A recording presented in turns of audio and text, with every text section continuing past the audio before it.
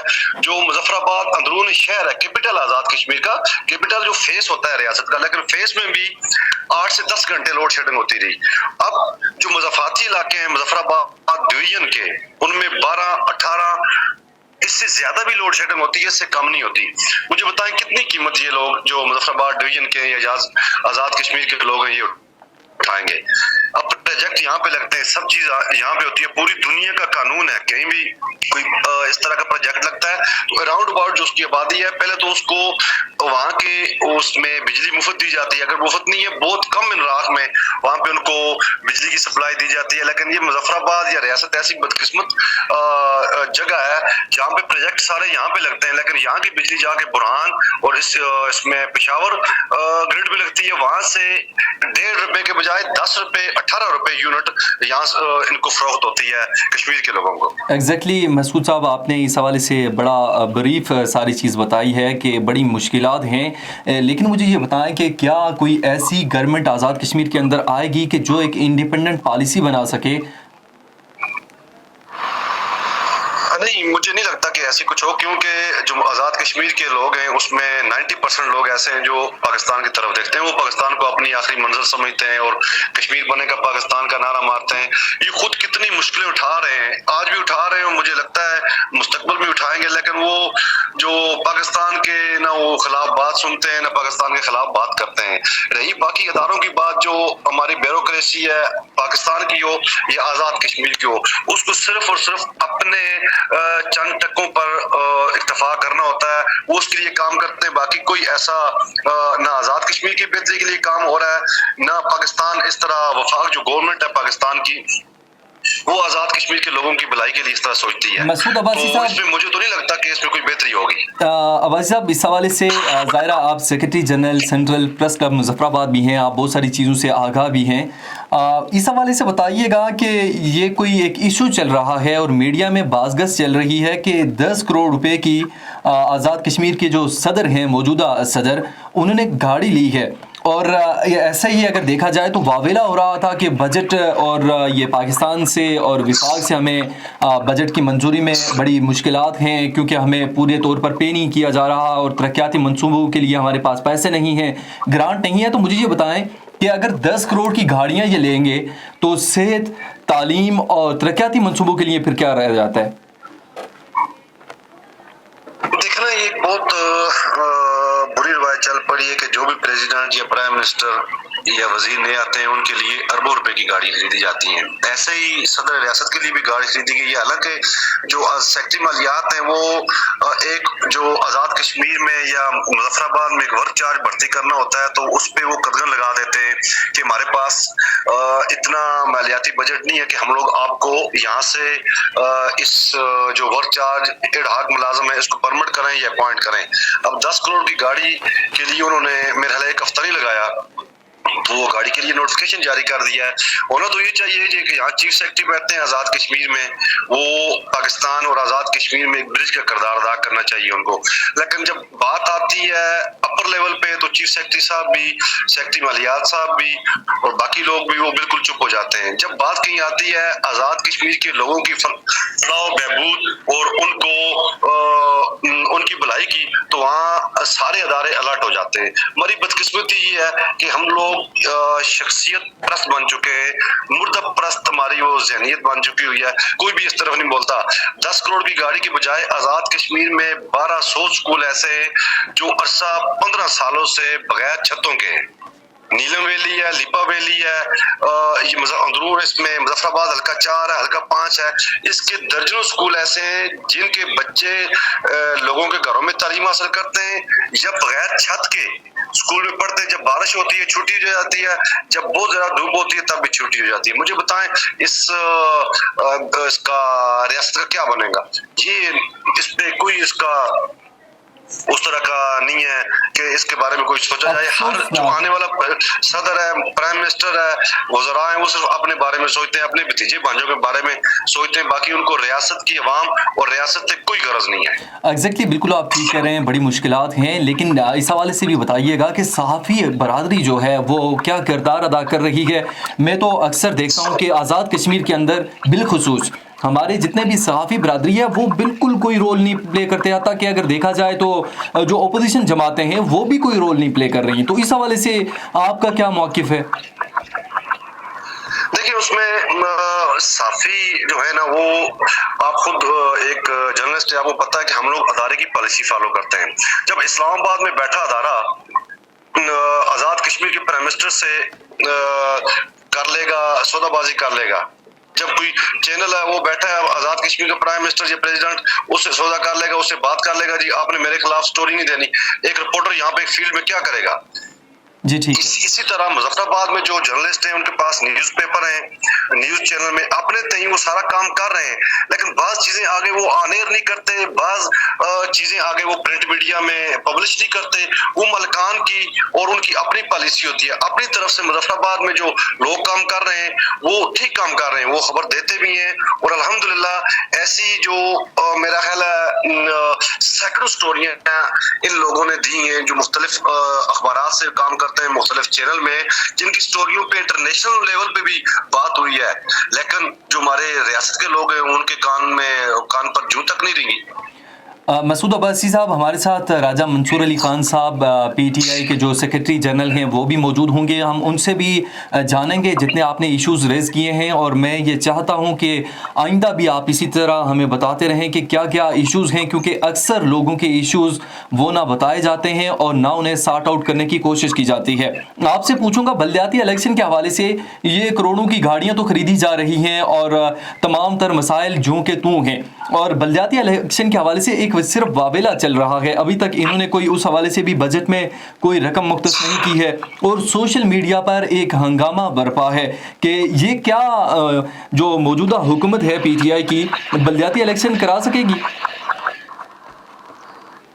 دیکھیں موجودہ حکومت کو تو بلدیاتی الیکشن کرانے چاہیے. میں اس پہ تھوڑا سا بحیثیت شہری جرنلسٹ بھی اور شہری بھی میں سپریم کورٹ آزاد کشمیر کو مبارکباد پیش کرتا ہوں کہ انہوں نے ایک مضبوط موقف لیا ہوا ہے کہ آزاد کشمیر میں ہر صورت آپ بلدیاتی الیکشن کروائیں. 28 سے 30 سال ہونے والے ہیں آزاد کشمیر میں بلدیاتی الیکشن نہیں ہوئے. اب بلدیاتی الیکشن نہ ہونے کا مقصد کیا ہے کہ یہ جو ٹوٹی نلکے کی سیاست ہمارے ممبران اسمبلی، وزراء یہ لوگ کر رہے ہیں، ان سے وہ اختیارات چلے جائیں گے.